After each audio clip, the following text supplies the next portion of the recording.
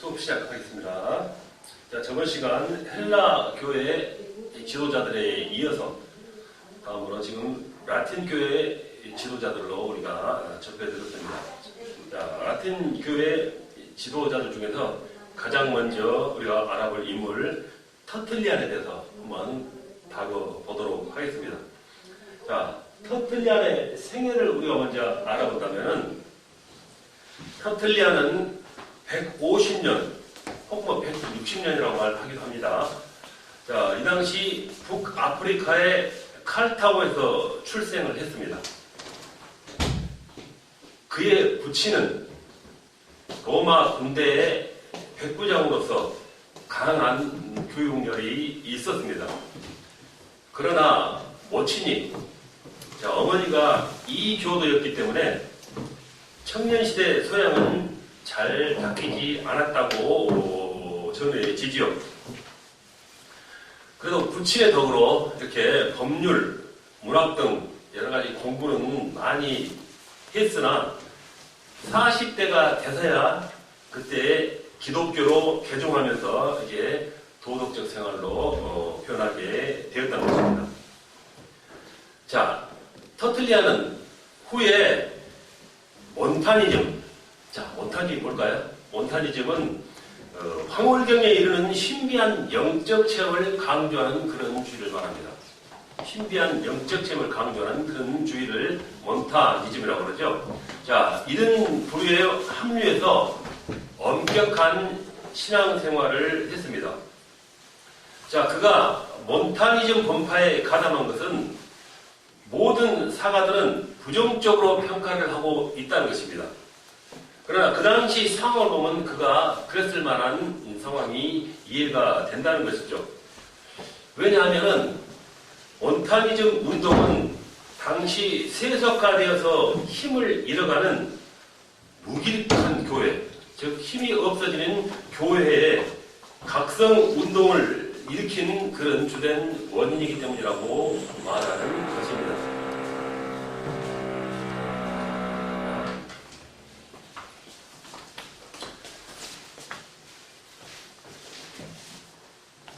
자, 무기력한 교회에 각성 운동을 일으키기 위해서 오히려 부정적인 것보다는 긍정적인 부분도 있었다라고 하는 것이죠. 우리 각성운동, 부흥운동 하면은 주로 영적 어떤 그런 부분을 다루는 그런 지표로 많이 다루고 있죠. 그도 그러한 부분에 치우친 것은 어떤 부정적인 시각으로도 있었지만 실제로는 그 무너져가는 교회에 새롭게 힘을 실어주는 어떤 그런 부분도 되었다라고 해석하는 것입니다. 자, 그러한 생애를 터틀리안이 보냈었고 그의 저서로는 이 터틀리안은 신학과 신앙에 큰 영향을 줄 만한 그런 많은 저술 활동을 했습니다. 말씀드렸듯이 그는 철학, 법률, 헬라 문화, 또 라틴 문학 등 다방면한 그런 심오한 지식을 가지고 30여 편의 저서를 남겼습니다. 자, 그래서 이 터틀리안의 저서는 이 터틀리안도 앞서 말했던 그것처럼 세 종류로 나눌 수가 있습니다. 자, 보면은 먼저 말씀드린다면은 기독교의 변증에 관한 글들, 그리고 또 다른 부분으로서는 기독교의 교리에 관한 글들이 있는 것이죠. 자, 그 부분을 우리가 새로 구분해서 다시 세부적으로 알아본다면은, 자, 기독교의 변증에 관한 글들은 어떤 저술인가? 자, 그 저술서 이름을 우리가 알아본다면은 여러 민족에게, 그리고 또 변증서, 또 영혼의 증거, 그리고 프랑세이스에 대항하여, 그리고 이런 책을 써서 그 당시에 기독교를 널리 전파했다라고 전해지는 것이죠. 그 다음에 기독교 교리에 관한 글을 썼습니다. 기독교 교리에 관한 글들은 기도에 관하여, 그리고 침례에 관하여, 인내에 관하여, 회개에 관하여, 삼위일체에 관하여 이런 저술을 썼고, 기독교 율례에 관한 글로서는 여자의 옷에 관하여, 일부 일처주의, 성적 순결, 그리고 금식에 관하여, 그리고 박해를 회피하는 일에 관하여 이러한 글을 썼었습니다. 자, 그래서 말씀드린 대로 그에 있어서는 세 가지 부분으로 이렇게 나눌 수 있다고 그랬는데 방금 말씀드린 대로 기독교의 변증에 관한 글들, 그리고 기독교의 교리에 관한 글들, 그리고 기독교 윤리에 관한 글들을 이렇게 세부적으로 나눠서 그가 저서로 활동을 했다는 것입니다. 자, 그렇다면 그의 사상은 어떤 것일까요? 그의 사상을 우리가 알아본다면 그가 저서했던 그 저서에서 그의 사상을 찾아볼 수가 있습니다. 자, 변증가나 알렉산드리아의 클레멘트에게 로고스는 헬라 철학의 로고스와 같은 철학이었다, 이렇게 말합니다. 다시 말하면 본래 로고스는 다 같은 것으로 예수 그리스도가 오시기 이전에 히브리인 모세에게도 나타났고 또 헬라의 소크라테스나 헤라클레토스에게도 나타났다라고 하는 것이죠. 그래서 클레멘트라는 그런 각인은 로고스는 헬라인들에게 그리스도를 나타내 보인 옹학 선생이나 또 복음주의의 사전 준비로 보았다라는 것이죠. 여기에 관해서 터틀리안의 사상은 완전히 달랐다는 것을 볼 수 있습니다. 아덴이 예루살렘과 무슨 상관이냐라고 하는 그 글에서 철학자들의 말을 만들어내는 자들이다라는 것이죠. 철학자는 말을 만들어내는 자들이다. 그리고 그리스도인은 행위를 만들어내는 자로서 완전히 다르다는 것입니다. 철학자들은 말을 만들어내는 자들, 그리스도인들은 행위를 만들어내는 자들, 이렇게 완전히 다르다는 걸 주장했었다는 것이죠.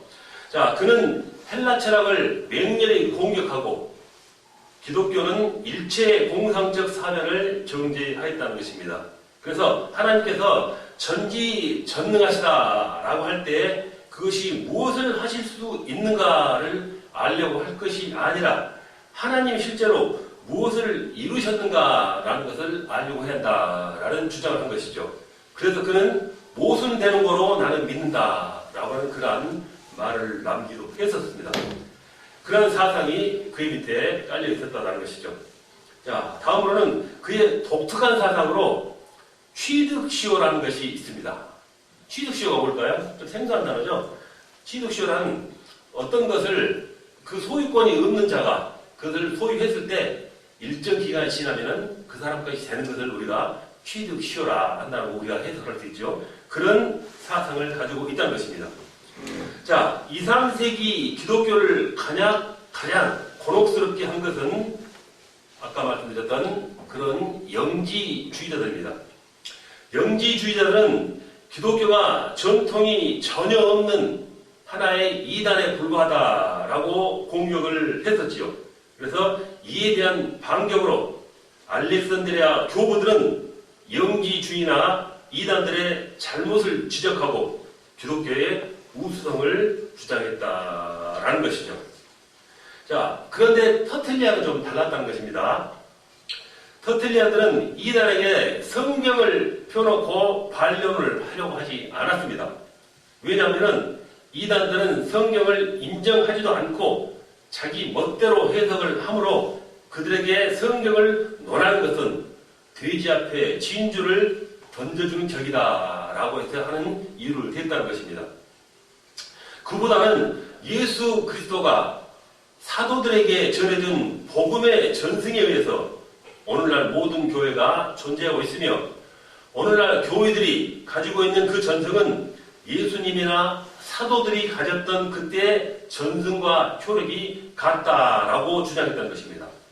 따라서 현 교회는 그 신앙의 모체가 사도들로부터 기원하였고 사도들은 그리스도로부터 또 그리스도는 하나님으로부터 전승되었기 때문이다라는 주장을 했다는 것입니다.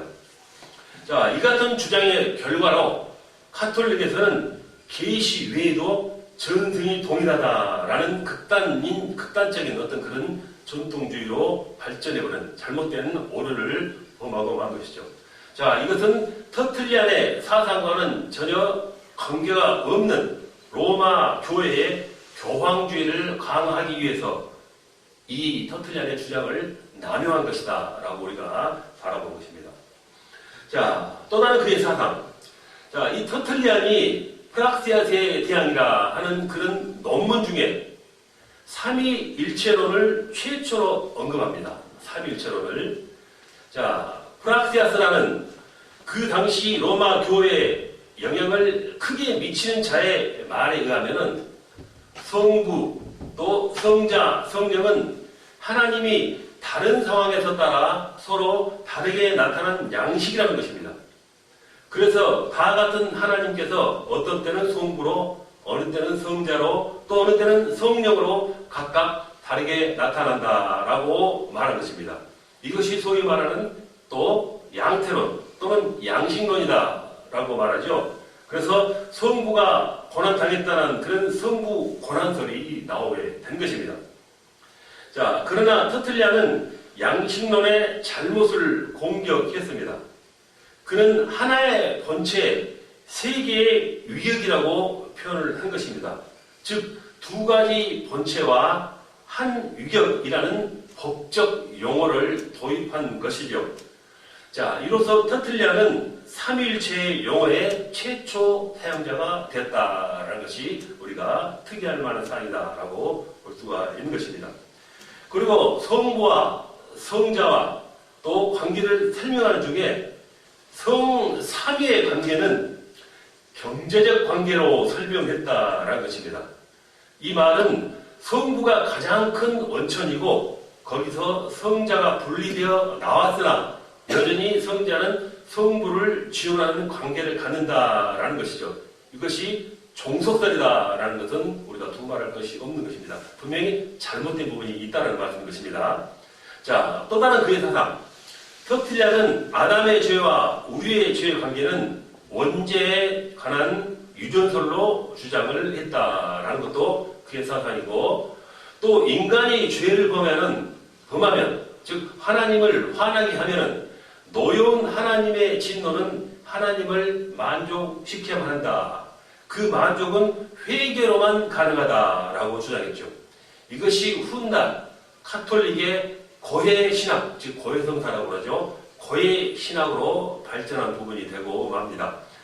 이 터틀리아는 라틴어로 신학을 전개했다는 이유로 결국 라틴 신학의 아버지가 되었고, 라틴 신학은 이제 로마 카톨릭 신학의 기초가 되고 만 것이죠. 그래서 이 터틀리아의 사상이 어떻게 보면은 캐톨릭의 어떤 그런 카톨릭의 로마 카톨릭이란 그런 사상의 유전을 전해준 부분도 있다라는 것입니다.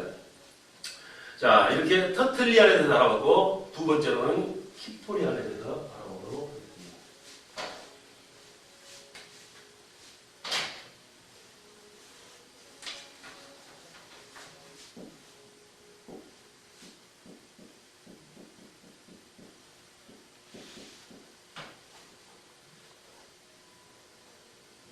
라틴교회 주도자 중에서 터틀리안에서 키프리안 가장 먼저 알아볼 것은 역시 그의 생애에 대해서 알아보겠고,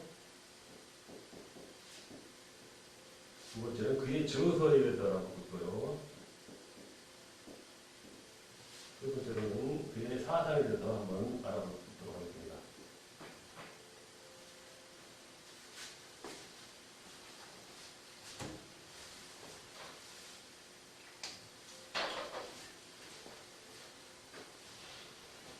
자, 라틴교회 주도자 두 번째 키프리안이 되겠습니다.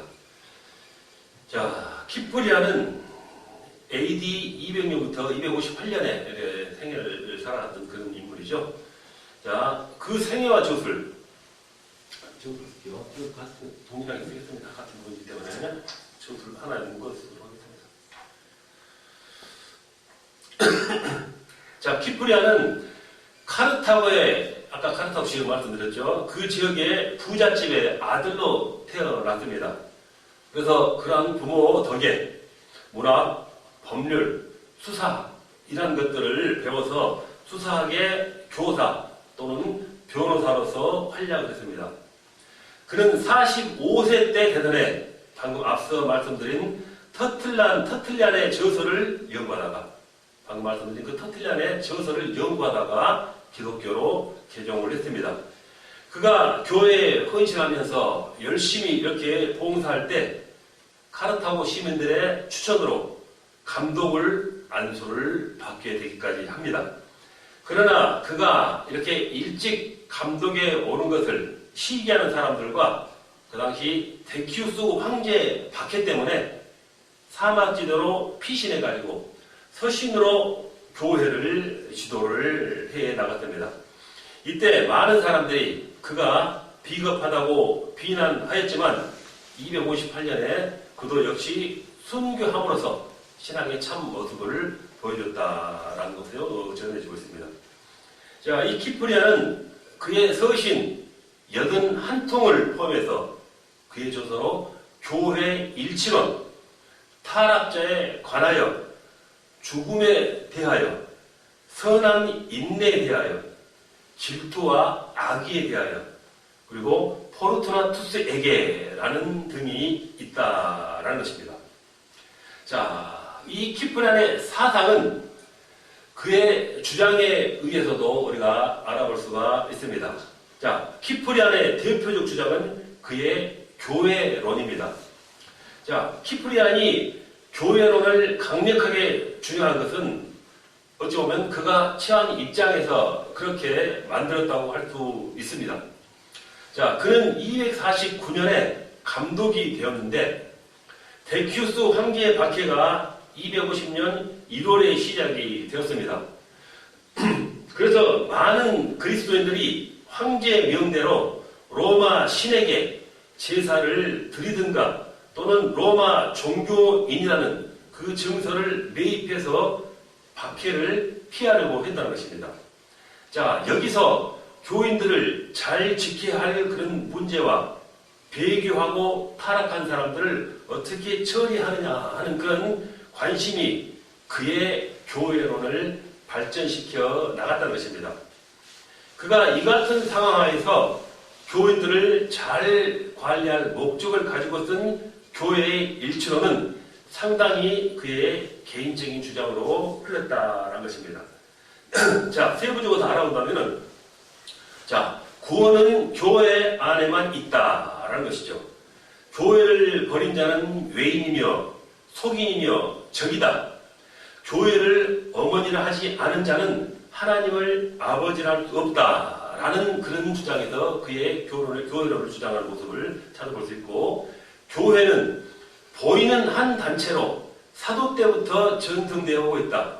감독은 사도의 전승을 계승한 자로, 감독은 신앙 진리의 수호자일 뿐만 아니라 교회 질서의 수호자이다. 교회는 영적 일체성만 계승되는 것이 아니라 가견적인 구체성이 이렇게 감독직의 전승을 통해서 계속 유지되어 왔다라는 것입니다. 따라서 감독의 계승을 떠나서는 교회가 존재하지 않는다. 교회는 감독에 의한 전승이 되었고 감독이 없으면 교회도 없다라는 사상을 주장한 것입니다. 또 한 가지, 모든 교회들은 사도적 전승을 이어받은 계승적 신앙이어야 한다라고 주장했죠. 자, 보이는 가시적인 교회의 근원은 어떻게 보면은 로마 교회부터 시작되었다라고 볼 수 있습니다. 그러니까 모든 교회들은 하나의 근원, 그 당시 전체 카톨릭이죠. 그 당시 전승을 계승받아야 하며 로마 교구의 베드로 교회는 모든 교회의 특이성을 갖는다라는 그런 것도 그의 사상이라는 것이죠. 자, 또 한 번 침례죠. 세례적으로 말하는 세례. 한 번 침례를 받은 자가 타락하여 변절했을 때 그 침례는 유효한가에 대해서 여기에 관해서는 로마, 팔레스타인, 알렉산드리아에서 한 번 시행한 침례는 성삼위의 이름으로 실시했으므로 계속 유효하다라고 하였고, 라틴 아프리카, 안디옥, 갑바도기아, 길리기아 등에서는 그것을 인정하지 않고 다시 침례를 줘야 한다라고 주장을 한 것입니다. 자, 두 가지 주장이 각각 다르죠. 자, 이 같은 양견해가 논쟁될 때 키프리아는 256년 카르타고에서 71명의 감독회의를 열고 다시 주는 것이 옳다라고 주장을 했습니다. 결정했다는 것입니다. 자, 이렇게 하여 키프리아는 가시적 교회를 떠나서는 어떤 예식이나 의전이 소용이 없는 것이요 구원도 없는 것이라고 주장했습니다. 그래서 이 키프리안에게 있어서 제도적 교회는 절대적인 의미를 가졌다라고 있다라고 볼 수 있는 것이죠. 이러한 사상을 키프리아는 가지고 있었다는 것입니다. 자, 그래서 우리는 여기서 몇 가지를 우리는 정리를 하고 넘어가야 할 부분이 있고 또한 필요가 있습니다. 자, 이 키프리아는 자신은 보이는 교회의 일치가 그 무엇보다 중요하다라고 믿었습니다. 그러나 보이는 교회 중에 로마 교회가 모든 교회의 뿌리이며 또 사도적 전승을 받은 묘교회, 모교회라는 주장은 전혀 맞지 않는다는 것입니다.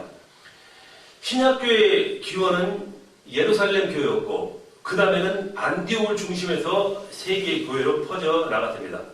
로마 교회는 바울이 개척한 교회로 예루살렘 교회 이후에 형성된 여러 교회의 한 교회였을 뿐이다라는 것입니다. 그러므로 로마 교회가 모든 교회의 뿌리가 될 수 없다라는 것이죠. 그 이전에도 교회는 존재했다는 것입니다. 자, 또 한 가지 정리하고 넘어갈 필요 있는 부분. 교회는 감독이 없으면 교회가 없다는 주장도 틀린 말이라는 것입니다. 교회가 무엇인가 하는 그 정의에 따라 이 말도 이해될 수가 있습니다. 교회는 구원받은 성도들의 모임으로 생명체이니 감독, 장로, 성도로 구성되는 외적 조직이 곧 교회라는 그릇된 그런 교회관을 주장하였다는 것입니다. 자, 또 한 가지 정리할 점. 키프리안 자신이 의도했는지는 잘 모르겠으나 그의 몇 가지 잘못된 주장의 결과로 로마 카톨릭의 우월성을 터닫게 만들어 주었고 베드로의 우월성을 주장함으로 교황 제도의 길을 터놓았으며 오늘날 카톨릭 교회론이 발전하는 데 기여를 하였다라는 것도 우리가 다른 시각으로 바라볼 수 있어야 한다는 것입니다. 자, 이렇게 지금 헬라 지역의 교회 지도자들 그리고 라틴 교회 지도자들 여러 명에 관해서 우리가 세부적으로 알아봤습니다. 자, 이 모든 사항들에 대해서 우리가 결론적인 고찰을 한번 살펴볼 필요가 있습니다. 자, 이상에서 우리는 속사도 변증과 초대교회 지도자들, 즉 교우들이죠. 그들의 생애와 사상을 우리는 살펴보았습니다. 여기서 우리가 깨달아야 할 만한 사실이 있는 것이죠. 자, 그것은 신약교회 사도들은 예수 그리스도께서 전해준 복음을 생명을 걸고 잘 지켜서 넘겨주었습니다. 그런데 사도들 이후의 지도자들은 왜 변질된 자기 주장과 성경을 떠난 잘못된 지도를 했는가라는 점이죠. 자, 그 이유를 알아본다면 우리는 다음과 같이 살펴볼 수가 있습니다. 왜 그들은 그렇게 할 수밖에 없었는가? 가장 먼저 우리가 그 이유를 들 수 있는 부분은 핍박이 가져온 결과라고 볼 수 있습니다. 그 핍박이 가져온 결과가 너무 컸다는 것입니다. 자, 황제들이 권력의 힘으로 조직력을 갖고 기독교들을 핍박했다라고 했습니다. 어떤 분이 나와서 제가 부엌으로 들어갔는데 어떤 분이 남편분 우리 같이 있는 분 아니에요? 작업해요. 아, 작업부분이에요? 네? 이래요. 거기 샷을 거예요. 아니야. 샷하는 사람은 아니라니까. 한번 가보세요. 자, 알아보시고 강의를 계속 할게요. 네. 자, 그래서 지금 황제들의 권력으로 조직력 기독교를 핍박했다라고 말씀드렸죠. 이때 지도자들, 즉 교회 지도자들이죠. 교회자들은 자기에게 닥친 그 현실 문제들을 이렇게 수습하기에 급급하다 보니 성경의 뜻을 따르지 않은 상황 적응에 힘쓸 수밖에 없었습니다. 그래서 주께서 전해준 의식을 기피하는 사람들을 놓치지 않으려고 의식 자체가 큰 힘이 있는 것처럼 성내전 신학을 만들게 되었다는 것입니다. 자, 핍박이나 압박이 컸기 때문에 그것을 감수하기 위해서 이렇게 그러한 의식적인 행위를 해 나갔다는 것입니다. 또한 지도자들이 계속 희생됨으로 자, 압박으로서 많은 지도자들이 죽거나 잡히거나 순교를 해 나간다는 것입니다. 즉 희생됨으로써 지도력이 결핍되는 그런 문제 또는 난점을 해결하려다 보니 성직자 존중 제도가 발전하게 되었고 교회 안에서 구원받는 무리들이 자발적인 헌신이 이루어지지 않고 핍박에 따른 공포 때문에 형식주의가 도입됐다는 것입니다. 자, 이러한 부분이 아까 말씀드린 그 진실한 사도적인 모습을 벗어난 이유가 됐다라고 우리가 알아볼 수 있는 것입니다. 자, 그리고 초대교회 지도자들 시대에는 아직 신약 성경이 정경으로 완성되지 못한 시기였습니다. 그 당시에는 구약 성경만 존재했으며 그 후 성경의 원칙대로 따르지 못한 한계점이 있을 수 있었다라는 것이죠. 이러한 것들도 그들이 잘못 변질될 수 있는 그런 이유 중에 하나였다라는 것입니다. 자, 초기 교회 지도자들 만들었던 저서나 글들도 잘못된 이유 중에 하나다. 이렇게 우리가 말합니다. 우리가 저번 시간에 말한 디다케에 관해서 우리가 알아봤었죠. 그 디다케 안에 있는 내용들은 분명히 잘못된 가르침이 속해 있었다는 것입니다. 자, 헤르마스가 중간지대인 연옥 개념을 말한 것, 방금 말씀드린 디다케의 잘못된 가르침, 그리고 또 그 어떤 잘못된 개념일까요? 자, 그 당시의 방어로 침례를 할 수 없을 때 물을 그냥 뿌려라 하는 그 부분은 그 당시에는 분명히 잘못된 부분이었다라는 것이죠. 자, 그리고 방금 말씀드린 연옥 개념, 그리고 오리겐의 우화적인 해석, 성경적인 해석이 아니라 우화적인 해석을 한 부분, 이러한 것들도 그 지도자들이 잘못된 길을 걸 수 있는 그 이유 중에 하나였다라고 말하는 것입니다. 자, 또 한 가지, 철학이 교회의 자리를 잡은 내용도 그 중에 하나입니다. 기독교를 세상 사람들 중에 변증하기 위해서 세상 사람들이 아는 철학을 인용해서 변증하다 보니 성경은 멀어지고 오히려 철학이 교회 안에 들어와서 자리 잡기에는 오류를 초래했다. 이것 때문에 교회가 잘못된 지도자들로 이루어질 수 있는 부분이 되었다라는 것입니다. 자, 또 한 가지, 각종 파벌의 난립으로 힘을 불필요하게 만들었고 또 낭비했고 진리 수호보다는 곁길에다가, 즉 진리 아닌 그 외의 부분에다가 이렇게 힘을 낭비하다 보니 잘못된 길로 갈 수 있는 부분이었다라고 해석을 합니다. 자, 그래서 방금 이처럼 말씀드린 요인들이 결국 순수한 신약교회의 가르침을 변질된 어떤 그런 부분으로 변하기 시작했고, 그 변질의 속도는 시간이 올수록 높고 빠르게 커져나갔다라고 하는 것입니다. 자, 이러한 그 시대, 두 가지 시대의 교회 지도자들의 사상, 또 그리고 가르침, 이러한 부분에서도 또 잘못된 오점들, 이러한 부분을 우리가 총체적으로 종합해서 한번 고찰을 해 보았습니다. 자, 그 다음 순서는 제3항으로 초대교회 성도들의 생활에 관해서 우리가 한번 살펴보도록 하겠습니다. 자, 드리겠습니다.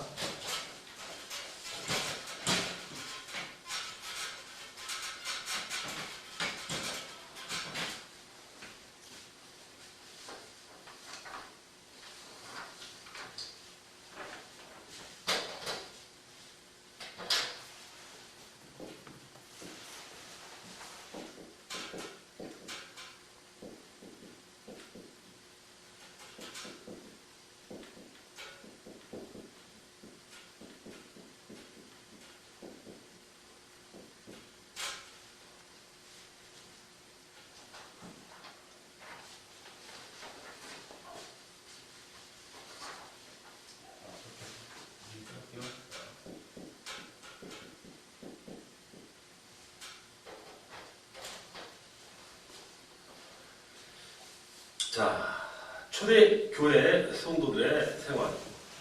자, 지금까지 우리가 배운 역사, 즉 교회사죠. 역사라는 것들은 대체로 교회 지도자들의 생애와 사상, 혹은 기독교를 박해한 황제나 또 관리들과의 그러한 대결 관계 등을 취급해 온 것이 사실입니다. 그러나 이 같은 사실은 그 당시의 상황을 어떻게 보면은 그 부분적으로 그 부분에 대해서만 기록한 것으로 볼 수가 있습니다. 좀 더 공정한 사실을 알려면은 지도자는 물론이고 그 밑에서 신앙의 지도를 받던 일반 성도들의 전체 상황도 우리가 동시에 알아야만이 폭넓은 어떤 그런 부분을 우리가 알 수 있는 것이죠. 자, 물론 그 같은 상황을 모두 알려고 해도 이 현세에서는 그 모든 것을 알기에는 매우 제한되어 있는 것도 사실입니다. 그러나 가능한 한 모든 자료를 동원해서 이들도 아는 것도 정당한 역사로 남을 수 있을 것이다 라는 것을 먼저 말씀을 드린 것입니다. 자, 그래서 그 당시에 초대교회 성도들은 어떤 예배를 드렸을까 하는 부분도 우리가 한번 서로 보자는 것이죠. 자, 기독교는 유대교 배경에서 탄생을 했기 때문에 처음 3세기까지는 유대교의 강한 영향을 받게 되었습니다. 그래서 최초의 예배일은 유대교의 안식일을 사용했습니다. 사도행전 13장, 16장, 17절에 이런 부분에 나오죠. 자, 그러다 사도들이 안식 후 첫날, 사도행전 20장 7절에 나온 그 말씀대로 예배를 드리기 시작했습니다. 자, 이 같은 행성은 고린도 교회에서도 잘 지켜지죠. 고린도전서 16장 2절에 보면 이런 부분이 또 잘 나와 있습니다. 그리고 사도 요한은 안식 후 첫날을 주의 날이라고 부르고 그 뒤로는 주일이라고 부르게 되었습니다. 자, 그렇다면 주일 예배의 내용은 어떠했는가? 초대교회는 오늘날 기독교회들이 예배의 초점을 설교에 맞추는 것과는 전혀 달랐다는 것입니다. 초대교회는 예수님의 부활을 축하하고 다 같이 기뻐하는 일에 초점을 맞췄습니다. 사도행전 2장 43절, 47절에 나타난 것처럼 즐거운 만찬을 통해서 이 예배의 정수를 찾은 것입니다. 이 초대교회 만찬은 슬프고 우울하고 회개를 유도하는 그런 만찬이 아니었다는 것입니다. 그들에게 그 시간은 그리스도로 말미암아서 이제 다시 구원을 받은 감격과 기쁨을 이제 다른 형제들과 함께 나누려는 그런 기쁨과 감사의 시간들이었다는 것입니다. 자, 처음 1세기 때는 만찬이 보통 식사의 일부였습니다. 그래서 성도들이 성껏 이렇게 마련하고 준비한 음식을 가지고 교회로 온 것이죠. 그리고 공동 식사를 했다. 이 부분도 고린도전서 11장 21절의 모습이 나와 있습니다. 자, 그러나 2세기부터는 공동 식사가 폐지가 됩니다. 그 이유는 기독교인들은 주의 피를 먹고 마시는 식인종들이며 또한 매주 먹고 마시고 즐기는 방탕자들이라는 그런 로마인들의 오해를 피하기 위해서였습니다. 그래서 2세기 때 이후부터는 예배가 두 가지로 부분이 구별됩니다. 자, 제1부 말씀 예배는 성경 봉독과 간단한 해석, 즉 설교 형식이겠죠. 그리고 기도와 찬양이 이루어집니다. 자, 그 당시에는 아직 성경이 없었기에 성도들의 성경 지식은 예배 시간을 통해서 얻었습니다. 따라서 이 부분에만 해도 한 2시간 정도가 소요된다라고 전해지죠. 자, 제2부 성만찬에서는 평화의 입맞춤으로 시작되는 주의 만찬이 시작되었습니다. 자, 이 주의 만찬에는 반드시 세례, 즉 침례받은 자라만이 참석할 수 있었다는 것이죠. 그래서 이렇게 세례받지 않는 자는 일부 순서 후에 그 자리를 떠났습니다. 자, 그래서 이 평화의 입맞춤이 끝나면은 성도들은 빵과 포도주를 집례자 앞으로 가지고 나갔습니다. 그러면은 집례자는 빵과 포도주를 위해서 축복 기도를 하죠. 자, 하나님께서 우리를 구해주신 그런 은총에 감사하고 구원받은 성도들이 가지고 나온 빵과 포도주를 통해서 성령님의 놀라운 역사가 실현되기를 기도했죠. 자, 그래서 그 후 빵을 쪼개서 분배하고 포도주는 한 그릇에 담은 채 돌려가면서 마셨습니다. 무슨 내용이 있습니까? 아니, 지금 수도가 안 나왔어요. 수도가 안 났어요? 여기에서 해결할 문제가 아닌 것 같은데요. 상대는데 지금 공사님이 그 아저씨들한테 물어보시지. 자기들은 손을 안 냈대요. 그럼 웬일이야? 물은 다 쏟아져. 그럼 밖에서 뭐 물이 끊겼다는 거겠죠? 밖에서 공사를 하지. 아니, 너 수도사업소에 아니, 왜 연락했거든요. 수도세 안 냈나? 왜 끊겨? 일단 그 사고 났으니까 이제 수업 방해는 이제 하지 마시고 이제 밖에서 말하시고 그랬어요. 아니, 모르겠네.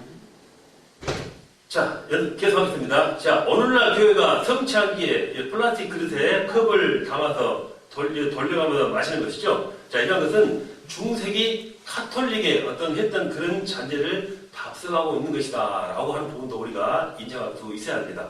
자기 손으로 빵을 쥐어서 떼어 먹는 것이 성경적이다 라고 하는 것이죠. 자, 이렇게 하여 주님의 만찬을 다 마치면 축도로서 예배가 끝나게 된다 하는 것이 예배의 모습이죠. 자, 이 같은 예배의 내용이 좀 더 치밀해지기 시작한 것은 그 이후의 일들입니다. 적어도 4세기 이전, 우리가 말씀드린 니케아 회의입니다. 니케아 회의 이전까지는 시편과 찬송 제창, 그리고 신구약 성경 낭독과 기도, 그리고 감독의 설교로 진행이 되었습니다. 자, 찬송의 주 내용은 구약의 시편이 위주였고, 그 외에도 성경에서, 성경에서 또 이렇게 발췌해서 사용한 것도 있었다 하는 것이죠. 자, 이렇게 초대교회 성도들의 어떤 그런 예배의 모습을 우리가 알아봤죠. 자, 초대교회 성도들의 생활 또 다른 모습. 두 번째는 절기와 행사에 대해서 한번 알아보도록 하겠습니다.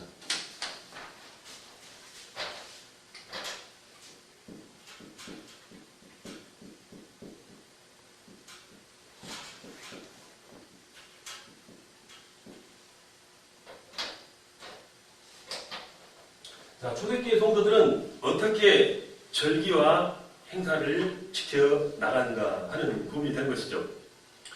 자, 가장 우리가 먼저 알아볼 수 있는 절기는 행사는 부활절로 알아볼 수 있겠죠. 자, 현재 우리가 쓰고 있는 영어로 이스터라고 그러죠. 이 부활절이라는 말은 게르만 민족이 만든 말이고 본래는 히브리어로 파스카라고 했습니다. 자, 그리고 부활절을 언제로 하느냐 하는 것이 주후 325년 니케아 회의 전까지는 통일되지 않았습니다. 유대력으로 니산월 14일을 유월로로 지키는 동방교회와 주일을 지키는 서방교회가 각기 다르게 지켰다라는 것입니다. 그러다가 니케아 회의에서부터 충분히 지나고 만월이 지난 다음 주일을 이렇게 부활절로 지켜오고 있다라는 것이죠. 자, 그 다음 사순절은 부활절 전 일주일 동안 그리스도께서 고난 당하신 것을 기억하는 의미로 단시간은 풍습이 그 당시에 금시간 풍습이 있었었죠. 자, 여기에서 발전해서 부활절 전 40일을 쿠아드라게시마라고 해서 일정 기간 고행과 금식하며 친밀, 즉 세례를 준비하던 것이 오늘날의 사순절이 되었다라는 것이죠. 자, 그 다음은 주연절입니다. 자, 예수님의 탄생을 축하하기 위해서 지키던 축일이 1월 6일이었습니다. 자, 주님의 주연, 즉 주연절이라는 뜻이죠. 그 후 콘스탄틴 황제의 라틴계 서방교에서도 이교도의 축제인 12월 25일을 성탄절로 대체하게 됐습니다. 지금 지키고 있는 날이죠. 그 날도 보면은 어떻게 하나의 어떤 전해오는 그런 계승에 의해서 지켜오게 된 것이라고 생각할 수가 있습니다. 자, 승천일과 오순절 부활 후 40일 후 예수님께서 승천하신 날, 그 당시에 지켜나간 그런 부분이 있었으며 이로부터 열흘 후에 이제 성령님께서 강림하신 오순절로 이렇게 지켜나갔다는 것입니다. 그래서 성도들은 이날을 환희의 만찬으로 그 당시에 기념을 했습니다. 자, 우리 한국교회에서도 오순절을 좀 더 적극적으로 이렇게 많이 지켜나가고 있는 부분을 알아볼 수 있겠죠. 자, 그렇다면 예배 장소는 그 당시에 어디를 선택해서 됐을까요? 하는 문제입니다. 자, 예배 장소는 초대교회 때는 개인의 집, 이런 부분은 로마서나 고린도전서에 나와 있는 내용이 분명히 있습니다. 그리고 셋집, 사도행전 28장에 나와 있는 내용이고 또 회당, 이런 부분에서 예배를 드려 나갔습니다.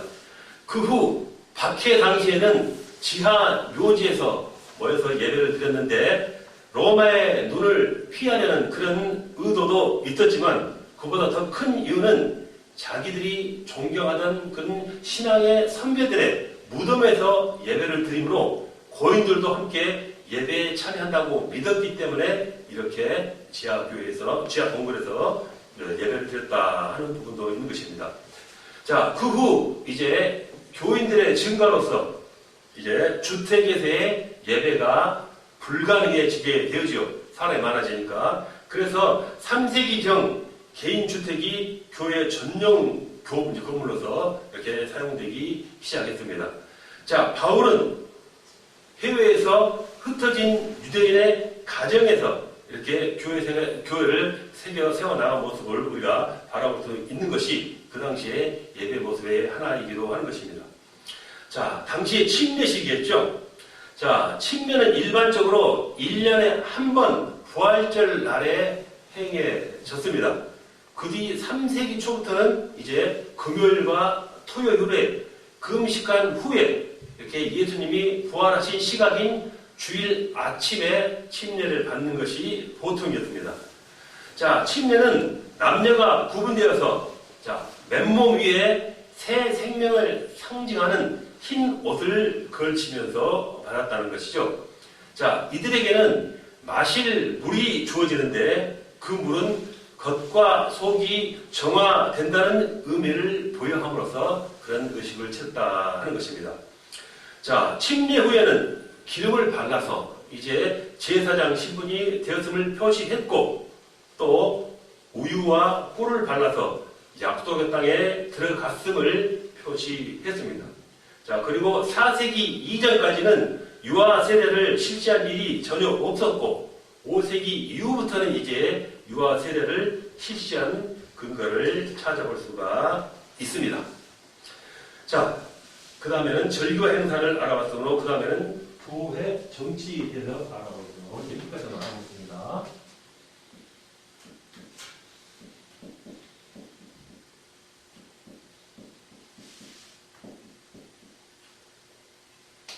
초대교회 성도들의 생활, 예배에 관해서 그리고 절교 행사에 관해서 그리고 세 번째로 교회 정치에까지 우리가 한번 알아보도록 하겠습니다. 자, 신약교회 때 교회 직분은 오직 두 가지, 감독, 집사뿐이었습니다. 감독은 장로, 목사 포함하는 부분이죠. 감독, 집사뿐이었습니다. 자, 이건 디모데전서 3장 1절, 13절에 나와 있는 부분입니다.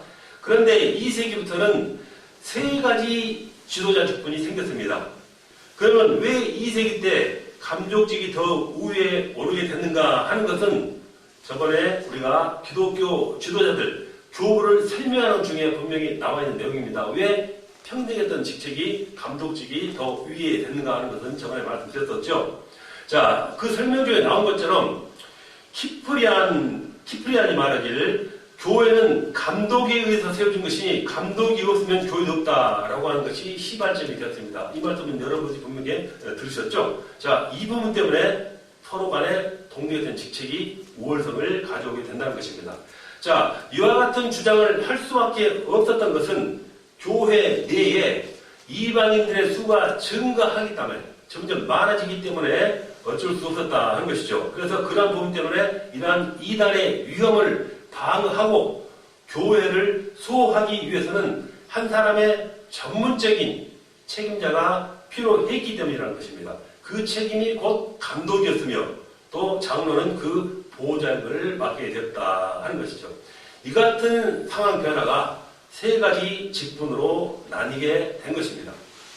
자, 감독은 30세를 넘어야 했으며 교회의 정치의 수반이고 교회의 재정을 관리하며 집례와 설교를 하고 교회 회의에 참석을 하였습니다. 자, 장로는 통상적인 예배 관리를 하고 안수례와 성도 신앙 교육을 맡았고 교회 회의 때 감독의 상담 역할을 했다는 것입니다. 자, 교회 회의 때 감독이 잘 읽으면은 그 당시에 감독의 상담 역할을 했다는 것입니다. 자, 목사라는 호칭은 주후 200년 후부터 사용이 되었죠. 목사는 집사 위에 있는 직분자로 안수례에 참여를 하고 하나님의 은혜를 내리는 중개자 역할을 하였습니다. 집사는 성직이 아니라 교회 재정과 성찬식 때 보좌 역할을 했다는 것입니다. 그리고 2세기 말까지는 모든 직분은 남자들만이 했다는 것이 특이한 점이 되겠습니다. 자, 이렇게 초대교회 성도들 생활, 예배에 관해서, 절기와 행사에 관해서, 그리고 방금 말씀드린 교회 내 정치에 관해서 한번 알아봤습니다.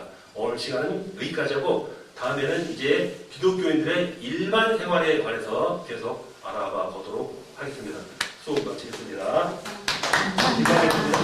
하나님 아버지 감사합니다. 오늘 또 하나님의 사랑과 인도하심으로 우리를 여기까지 불러주셔서 하나님께 대한 부분, 모든 것에 대한 부분을 배우고 답습하게 해주심을 감사드립니다. 하나님의 택함을 받은 귀한 우리 주님의 제자한 우리 신학생들을 기억하여 주시옵소서. 크나큰 지혜와 크나큰 지식과 능력 있는 말씀으로 항상 충만케 하셔서 하나님의 큰 능력으로 이 세상을 하나님의 나라로 주님의 복음으로 변화시켜 나가는 주님의 종들 되게 하여 주시옵소서. 감사드리며 우리 주 예수 그리스도 이름으로 기도합니다. 아멘.